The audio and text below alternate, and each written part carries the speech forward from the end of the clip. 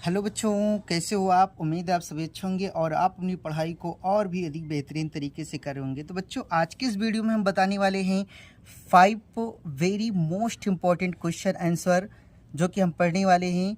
तो बच्चों, आज की यह वीडियो बहुत ही महत्वपूर्ण होने वाली है और इस वीडियो को लास्ट तक ज़रूर देखिएगा और एक भी क्वेश्चन आप मिस ना कीजिएगा, क्योंकि ये बहुत ही इम्पोर्टेंट क्वेश्चन है बच्चों, जो कि हर बार आपकी बोर्ड परीक्षा में पूछे जाते हैं। तो आइए बिना देर किए हुए हम इसे चालू करते हैं। देखिए, कह रहे कि what did M Hamel say about the language and it importance. देखिए, एम हेमल ने क्या कहा अबाउट द लैंग्वेज, भाषा के विषय में, एंड इट इम्पोर्टेंस, और उसके महत्व के विषय में। तो देखिए, आपका जो आंसर है कह रहा है कि एम हेमल ने कहा कि language is very important for one's country, कि हर एक देश के लिए भाषा ही सबसे महत्वपूर्ण होती है। भाषा इसके लिए क्या होती है? महत्वपूर्ण होती है। And it is importance he said, और उन्होंने उसके महत्व के विषय में कहा कि when a people are insults, कि जब कोई देश गुलाम बन जाता है, जब कोई देश क्या हो जाता है? गुलाम बन जाता है। As long as they hold fast to their language, और यदि वहाँ के लोग अपनी भाषा के साथ जुड़े रहते हैं तो इट इज़ एज इफ, तो मानो they had the key to their prison, कि मानो उनके पास जेल की चाबी होती है। देखिए बच्चों, ये कह रहा है कि एम हेमल से कहा कि language is very important for one's country, कि कोई भी देश के लिए जो उसकी भाषा होती है सबसे महत्वपूर्ण होती है। And it is importance he said, और उन्होंने उसके महत्व के विषय में कहा कि when a people are insults, कि जब कोई देश गुलाम बन जाता है, जब कोई देश क्या होता है? गुलाम बन जाता है। As long as they hold fast to their language, और यदि वहाँ के लोग अपनी भाषा से जुड़े रहते हैं तो इट इज़ एज इफ, तो मानो they had the key to their prison, कि उनके पास अपने जेल की चाबी होती है। तो आइए बच्चों, दूसरा क्वेश्चन देखते हैं। देखिए, कह रहे कि what did M Hamel blame for the ignorance in studies and why. देखिए, कह रहे कि एम हेमल ने किसे दोषारोपित किया?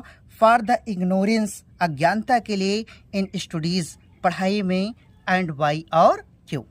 देखिए, कह रहे कि M Hamel blame for the ignorance, अज्ञानता के लिए किसे दोषारोपित किए? इन द स्टडीज, पढ़ाई में, एंड वाई, और क्यों। तो देखिए, इसका आंसर हम लिखेंगे कि M Hamel blamed the parents for the of the students, कि एम हेमल ने विद्यार्थियों के माता पिता को दोषारोपित किया। एम हेमल ने विद्यार्थियों के माता पिता को दोषारोपित किया फॉर द इग्नोरेंस, अज्ञानता के लिए, इन स्टडीज, पढ़ाई में।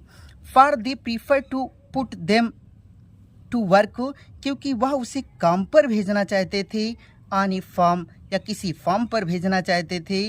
और एट द मिल्स, या किसी मिल पर भेजना चाहते थे। टू हैव मोर मनी, ताकि वह उन्हें अत्यधिक पैसा कमा कर दे सके। ही आल्सो ब्लेम्ड हिमसेल्फ, और उन्होंने स्वयं को भी दोषारोपित किया। बिकॉज, क्योंकि he sent them to the water flowers, कि वह फूलों को पानी देने के लिए भी उन्हें भेजा करते थे। And he wanted to go fishing, और जब वह मछली मारने के लिए बाहर जाना चाहते थे तो he gave them to them a holiday, तो उन्होंने उनकी छुट्टी की थी। अगला क्वेश्चन देखते हैं बच्चों, नंबर 3। कह रहे कि what was France expected to be prepared with for school on that fateful day, कि उस भयंकर दिन फ्रांस से क्या तैयार करने की आशा की जा रही थी फॉर स्कूल में। व्हेन जर्मनी, कह रहे कि जब जर्मनी ने इन्वाइडेड फ्रांस पर आक्रमण किया। तो बच्चों देखिए, कह रहे कि फ्रांस, इसका आंसर लिखते हैं। देखिए, फ्रांस वाज एक्सपेक्टेड, फ्रांस से आशा की गई थी, टू बी प्रिपेयर्ड, तैयार करने की, the rules of participles, participle के नियमों को, यानी कि पार्टिसिपल के नियमों को फ्रांस को तैयार करने की क्या की गई थी, आशा की गई थी।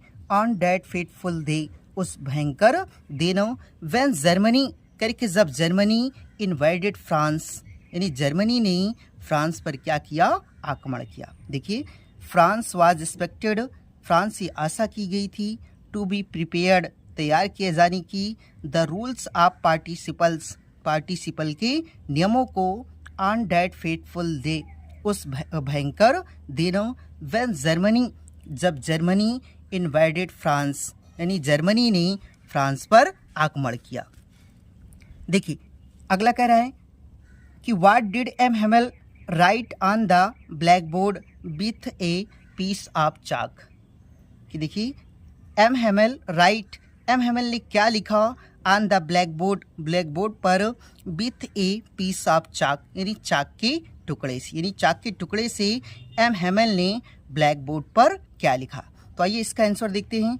देखिए M Hemal road, M Hamel ने लिखा वाइब ला फ्रांस, फ्रांस जिंदाबाद। देखिए एम हेमल रोट कि एम हेमल ने लिखा वाइब ला फ्रांस, फ्रांस जिंदाबाद, on the blackboard, blackboard पर, विथ ए पीस ऑफ चाक, चाक के टुकड़े से, यानी चाक के टुकड़ों से उन्होंने लिखा वाइब ला फ्रांस, फ्रांस जिंदाबाद।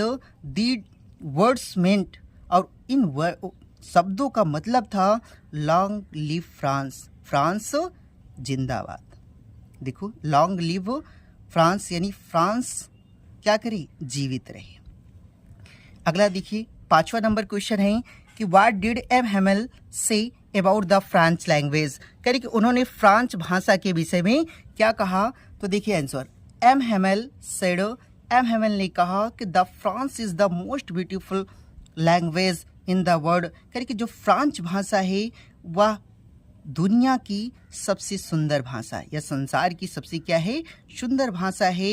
इट इज़ द क्लियरेस्ट, कह कि यह सबसे स्पष्ट भाषा है, एंड मोस्ट लॉजिकल लैंग्वेज, और यह सबसे तर्क संगत भाषा है। देखिए M Hemal said, M Hamel ने कहा कि that France is most beautiful language in the world, कि जो फ्रांस भाषा है वह संसार की सबसे सुंदर भाषा है। जो फ्रांस भाषा है वह संसार की क्या है, सबसे सुंदर भाषा है।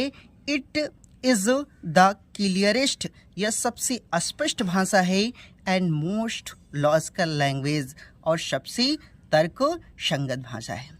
तो बच्चों ये आपके 5 मोस्ट इम्पॉर्टेंट क्वेश्चन आंसर रहे, जिसे आप तैयार कर लेते हैं तो यह बोर्ड परीक्षा में इससे बाहर आपको देखने को नहीं मिलेगा। अगर बच्चों यह वीडियो आपको पसंद आई है तो इस वीडियो को लाइक, सब्सक्राइब और शेयर करना ना भूलें। धन्यवाद।